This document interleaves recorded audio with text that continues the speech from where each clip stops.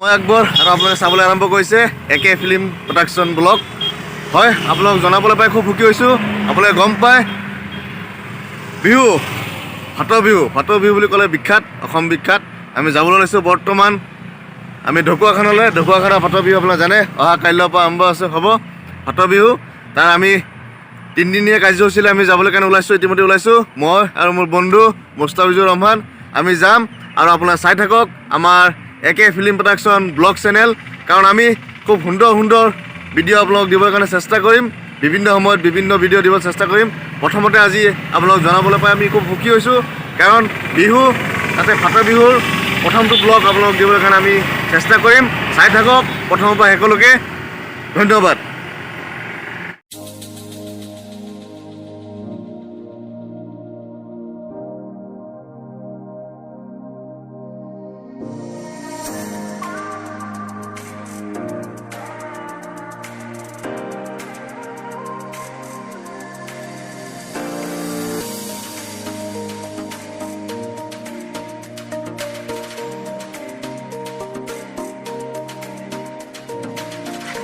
হয় বন্ধু বান্ধৱীসকল, বৰ্তমান আমি আহি উপস্থিত হৈছোঁ ঘাটত।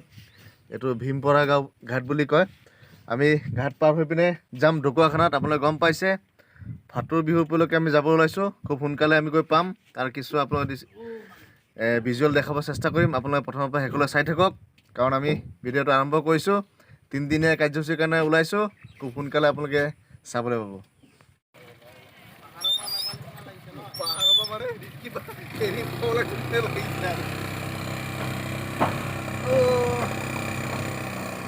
আহক এই মুহূৰ্তত আমি ঘাট পাৰ হৈছোঁ। এতিয়া আমি যাম, ডাইৰেক্ট যাম আমি ঢকুৱাখানালৈ। ঠেলি ল'ব লগা হৈছে এতিয়া। সাগৰতে কিমান পানী কোনোবাই জানো জুখিছেনে, আকাশতে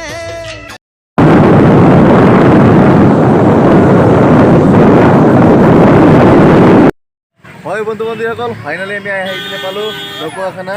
ঢকুৱাখানা মানে গম পাইছে নহয় ফাটৰ বিহু। আমি আহি পিনে পাইছোঁ, বৰ্তমান আছোঁ গেটৰ ফ্ৰণ্টত। আমি ভিতৰলৈ সোমাই যাম আৰু সম্পূৰ্ণ তিনিদিনীয়া কাৰ্যসূচী আপোনালোকক দেখাবলৈ কাৰণে চেষ্টা কৰিম। আহক আমি ভিতৰলৈ সোমাই যাওঁ আৰু ভিডিঅ'টো আৰম্ভ কৰোঁ।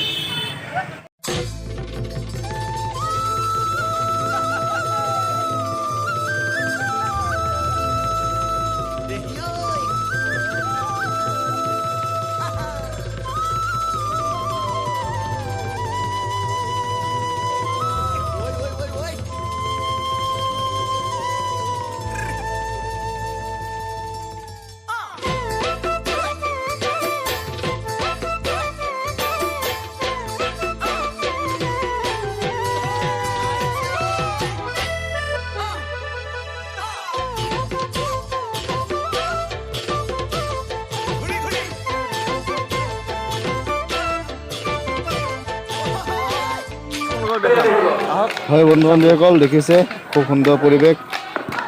নাচনীয়ে সুন্দৰকৈ বিহু নাচিছে আৰু আজি প্ৰথম দিন আৰু অহা কাইলৈৰ পৰাটো ইয়াত খুব একদম জেগা নাথাকিব, কোনো কাৰণতে হাউচফুল থাকিব।